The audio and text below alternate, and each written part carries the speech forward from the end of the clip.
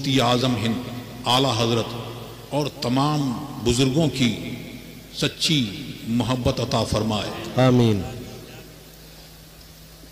اور ان کا سچی محبت عطا فرمائے۔ سچی محبت کا مطلب یہ ہے کہ آج بہت سارے فتنے اٹھ رہے ہیں، الگ کچھ مسلک اعلیٰ حضرت کی کھلی مخالفت کر کے اور کچھ نام لے کے اور لوگوں کی آنکھ میں دھول جھونکی جا رہی ہے۔ یہ پیغام حضور تاج الشریعہ کا ہے، آج وہی پیغام پھر آپ لے کے جائیے۔ اعلیٰ حضرت کو دین کی خدمت کے صلے میں یہ انعام ملا کہ اس کا دین، اس کے رسول کا دین آج ان کے نام سے، ان کے شہر سے پہچانا جاتا ہے۔ بے شک۔ تو یہ ہر دور میں یہ پہچان مقرر ہوئی، اور یہاں پر اس دور میں یہ پہچان ہوئی۔ تو جو کسی سلسلے میں مرید ہے، چاہے وہ رضوی ہو، اشرفی ہو، کوئی ہو، مسلکن جو ہے وہ رضوی ہے، بے شک۔ اور اتحاد کے نام پر یہ دھوکہ دیا جا رہا ہے۔ کبھی بھی اشرفی رضوی اختلاف تھا ہی نہیں۔ بے شک، سبحان اللہ۔ یہ اختلاف ان لوگوں سے ہے، یہ ان لوگوں سے اختلاف ہے جنہوں نے اعلیٰ حضرت کی شان میں گستاخی کی اور حضور مفسر اعظم ہند کو بلا وجہ شرعی کافر کہا، اور حضور مفتی اعظم ہند کو آپ لوگوں نے جانا ہے وہ جس نے ایک غلیظ قسم کی گالی پڑھتی ہے، وہ گالی دی۔ وہ لوگ جب تک کہ اس سے توبہ نہیں کریں گے، رجوع نہیں کریں گے، تو ان سے کسی قسم کا اتحاد ہو نہیں سکتا۔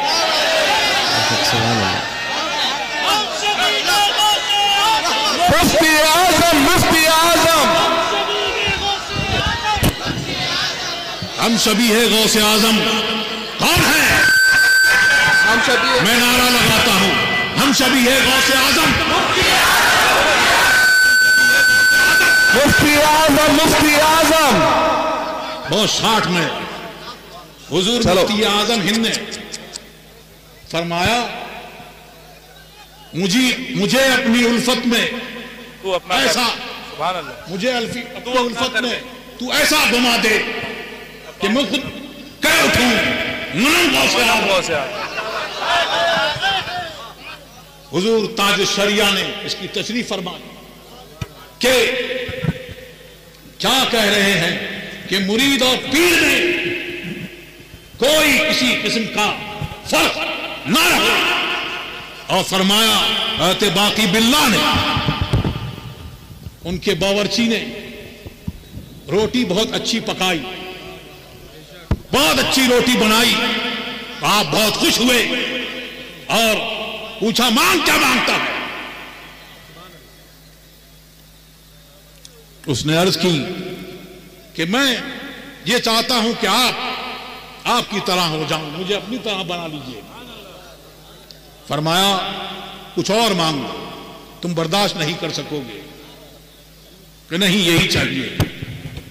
حضرت باقی باللہ نے اللہ کی دی ہوئی قدرت سے ایک نظر ڈالی،